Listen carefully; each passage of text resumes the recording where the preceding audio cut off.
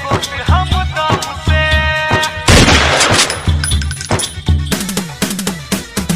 Music by Kanchan Raj, Hajipur, Vaishali. Aditi Recording Studio, Gogri Kundi. अरे कह दिहे सरबारा तो राम से खरीद लै छिए कोट हम दाम से। अरे कह दिहे सरबारा तो राम से खरीद लै छिए कोट हम दाम से।